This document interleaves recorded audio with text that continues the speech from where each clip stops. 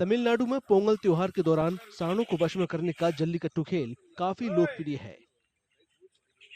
मदुरई जिले में कई जगह पारंपरिक जल्लीकट्टू की तैयारी चल रही है। जिला प्रशासन और पुलिस जल्लीकट्टू का इंतजाम करने में जुटे हुए हैं। ஆமாண்ணே, நம்ம எல்லா வாடி எங்கேயும் டோக்கன் எல்லாத்துக்கும் ஏற்றுவோம்ண்ணே. நம்ம எங்களுக்கு எல்லா சைடு தஞ்சங்குறிச்சி, புதுக்கோட்டை தஞ்சங்குறிச்சி, அரியலூர், ஜெயங்கொண்டம் எல்லாம் நாளைக்கு தஞ்சங்குறிச்சி போகுது.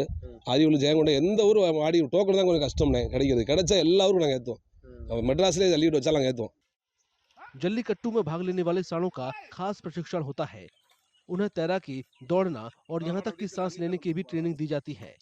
उनका खाना भी सेहतमंद होता है। கொண்டு வந்துட்டு நடைபயிற்சி கொடுக்கறது வந்து நடைபயிற்சி கொடுத்துட்டு நீச்சலுக்கு கொண்டு வருவோம். மாடக்குளம் கம்மாயில் நீச்சல் குளம் இருக்குது, கம்மாயாவே இருக்குது. நீச்சல் பயிற்சி எடுப்போம். நீச்சல் பயிற்சி எடுத்துட்டு அதுக்குள்ள சாப்பாட்டுக்கு ஒரு மணி நேரம் கழிச்சு சாப்பாடு கொடுத்துருவோம். அதுக்கு என்ன சாப்பாடு, இந்த ஒரு மாதத்துக்கு ஸ்பெஷல் சாப்பாடு தான். அதுக்கு ஸ்பெஷல் சாப்பாடுனா ஃபுல்லாகவே அரிசி, பச்சரிசி, இந்த மாதிரி அரிசி தான், பருத்தி விதை அரிசி, வைக்கல்லாம் நார்மலாக தான் கொடுப்போம். இந்த மாதம் ஃபுல்லாக வைக்கலாம் நார்மலாக சாப்பிடுவோம். சாப்பிட்டுட்டு மற்றபடி நாங்கள் ஜல்லிக்கட்டுக்கு ஆர்வமாக இதை தயார்படுத்துகிறோம். सांड मालिकों का कहना है कि ट्रेनिंग की बदौलत सांड जल्लीकट्टू में बेहतर प्रदर्शन करते हैं।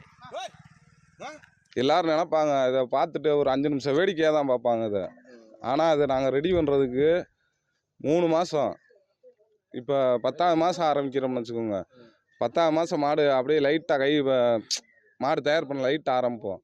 இப்போ 12ஆவது மாதம்லாம் ஃபுல்லாக மாடுக்கு நல்ல சாப்பாடு எல்லாமே வச்சு நல்லா ஃபுல்லாக தயார் பண்ணிடுவோம். ஃபுல் கண்ட்ரோலே வந்து இப்போ நாங்கள் என்ன கொடுத்துருக்கோமோ அந்த ரிசல்ட் எல்லாமே தம்பி நாளைக்கு பண்ணிடுவாப்புல. जल्लीकट्टू में भाग लेने की इजाजत देने से पहले जानवरों के डॉक्टर सांडों की जांच करते हैं ताकि ये सुनिश्चित किया जा सके कि सिर्फ सेहतमंद सांड ही खेल में हिस्सा लें।